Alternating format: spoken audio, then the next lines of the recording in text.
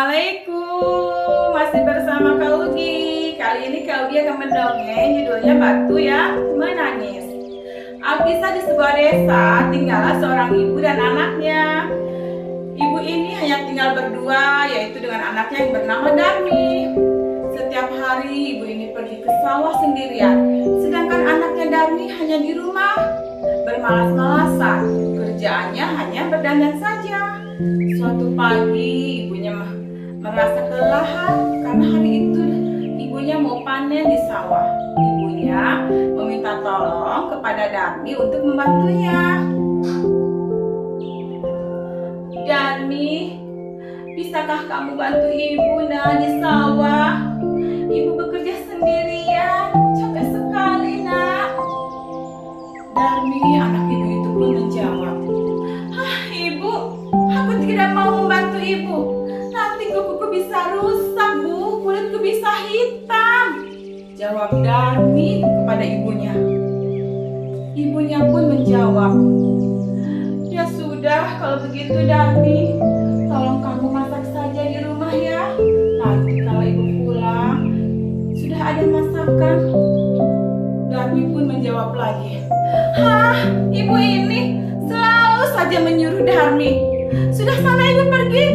Begitu jawab Darmi kepada ibunya. Akhirnya ibunya pun tidak bisa berbuat apa-apa.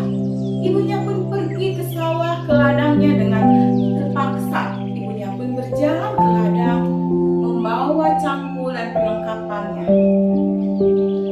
Sampai di ladang, ibunya pun bekerja dan pulang ke rumah dengan membawa hasil panen. Assalamualaikum Darmi, ibu pulang. Ibu, kamu sudah pulang? Mana ibu hasil panennya? Aku minta bu, aku harus beli kosmetik. Kalau begitu nak, kamu ikut ibu saja ke pasar, kata ibunya. Dengan terpaksa, Darmi mengikuti ibunya. Baiklah ibu, aku akan pergi ke pasar besok. Pagi-pagi sekali, Darmi mengikuti ibunya ke pasar karena Darmi ingin membeli kosmetik yang Darmi inginkan. Selama di perjalanan, Darmi berjalan di belakang ibunya. Ibu, sekarang kamu berjalan di depanku saja ya. Aku di belakang ibu, aku malu. Begitu kata Darmi. Darmi, kenapa kamu harus malu nak? Kata ibunya. Sudahlah, ibu di depan saja, aku di belakang. Baiklah nak, kata ibunya seperti itu. Sepanjang jalan, Darmi bertemu dengan temannya. Dan temannya pun menyapa. Darmi, siapa itu? Darmi pun menjawab, dia pembantuku. Begitu kata Darmi. Ibunya pun hanya mengangguk sedih. Lalu mereka pun berjalan kembali. Di tengah jalan ada lagi temannya yang bertanya, Darmi, siapa itu? Lagi-lagi Darmi menjawab, dia itu pembantuku. Ibunya sangat sedih. Lalu berjalan lagi ke pasar.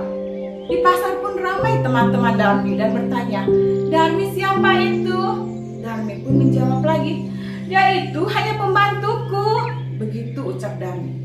Ibunya tak kuasa menahan sedih, lalu berdoa, ya Allah, ya Tuhanku, aku sudah tidak kuat lagi.